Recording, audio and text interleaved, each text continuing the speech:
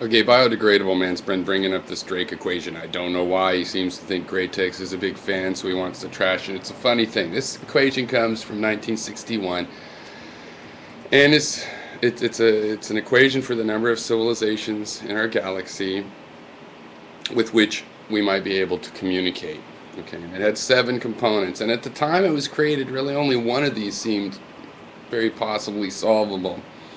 And the reputation of it, of course, amongst some that just don't like speculation having to do with alien life forms is, oh, it's totally impossible. We can't calculate the fraction of civilizations that develop a technology that releases detectable signs of their existence into space.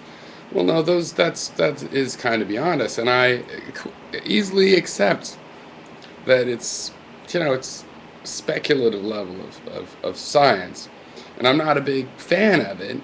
But I do think it's cool. It provides at least a list of 7 elements that you could look into to get to this idea of how many civilizations might we be able to communicate with. It works the other way, right? If we start communicating with civilizations, we might be able to work back, solve for some one other of the variables. Or, given that some of the variables do get values, decent estimates, create a partial equation just of those. And that's the funny thing. People just love first impressions. It's funny in philosophy because sometimes, like, this equation has a totally unsolvable, meaningless variables, and that just lasts and lasts, even though we start to estimate some of the variables. And I'm describing to biodegradable man who is stuck, and the 3 of the 7 that are solvable. So okay, here they are. The first one: the average rate of star formation per year in our galaxy. Ooh, okay, that one, even at 61, knew we were going to be able to probably estimate. Now, the fraction of those stars that have planets we're already into in 1961, the part that we'll never know that because the planets are too tiny to see around other stars. But we figured out ways, right? We've gotten clever. There's looking for the star to wobble. That's one way. But even better is to watch a planet come in front of a star, because you can see an Earth-like planet coming in front of an Earth-like star, okay, with that method. And that's what the Kepler mission is doing right now. So actually, within 4 years, when the Kepler mission is done, knock on wood that the mission does not fail in some sense, we will know the fraction of stars that have planets, at least the fraction of Earth-like stars. And that's where we start to get into no. I'm sorry. There's the average number of planets that can potentially support life per star that has planets.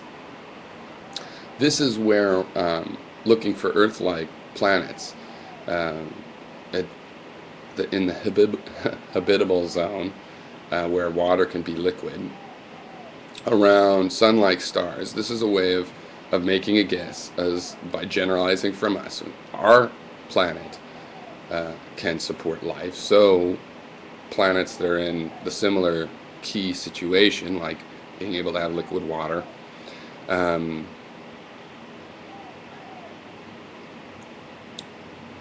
is generalizing from, and it's a good conservative estimate, right? Because there might be other forms of life that could also, other kinds of systems that we don't know about that we're missing because of that. So we're going to underestimate. So that's good. Okay.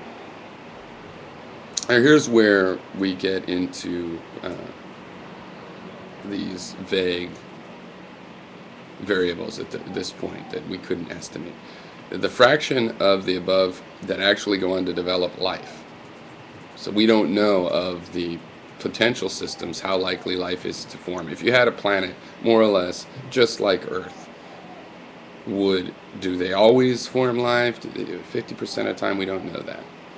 Again, we can generalize as Earth biosciences improve, something like that, and generalize what it was for us on our, we could simulate, if we managed to figure out the creation of life in a lab, for example, we could see how often the conditions that we put together actually produce life, whether it's 1 in 10, 1 in 1,000. Now, the fraction that go on to develop intelligent life, here I think, yeah, we might not really ever be able to do that until we start contacting that life. Because you see, with Kepler, once you find out which planets are out there, we are going to actually be able to image the planets. We don't have to just look at it, the occultation or the wiggling star.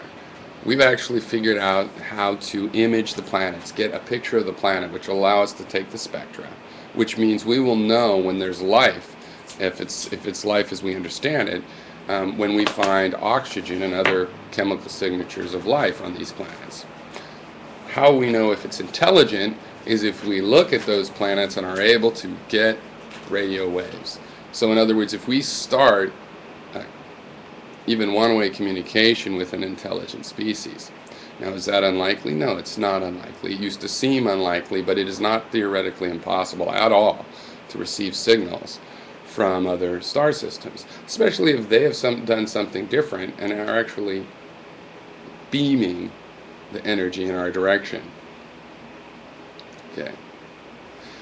The fraction of civilizations that develop a technology that releases detectable signs of their existence into space. Okay, no, we don't know that. On the other hand, philosophically, we can get a handle on it. I mean, how many? I think all. I think anything that develops to the level of an intelligent civilization, of intelligent creatures, and not super smart, doing stupid things like we did, but just intelligence in the sense we're intelligent, that yeah, they're going to release detectable signs of their existence into space eventually. And then the length of time such civilizations. Now that one we're just going to have to wait a long time, because how are we going to know that? We're either going to contact other civilizations that are so ancient that they know that and they tell us, or we're going to have to wait a long time to see when our civilization ceases releasing detectable signs. That would presumably be when we are dead, and so that knowledge will not actually exist or do us any good. On the other hand, there's certain boundaries we can put on something like this. You know, we don't know, but we know it can't be probably longer than the life of the star they're around. And if they move to another star, is that a different civilization? I guess you could get into semantics. You know, we know there's certain limits. But I think probably we'll make a new equation out of the first 4 or 5 of these that'll start to explain. Because once we actually contact or detect life on another planet, just even oxygen producing life, the whole application of this kind of equation will change. With the real data we'll have, yeah, we'll probably have versions that just are partial forms of this with a small number of, with a subset of the factors. All right. Okay, has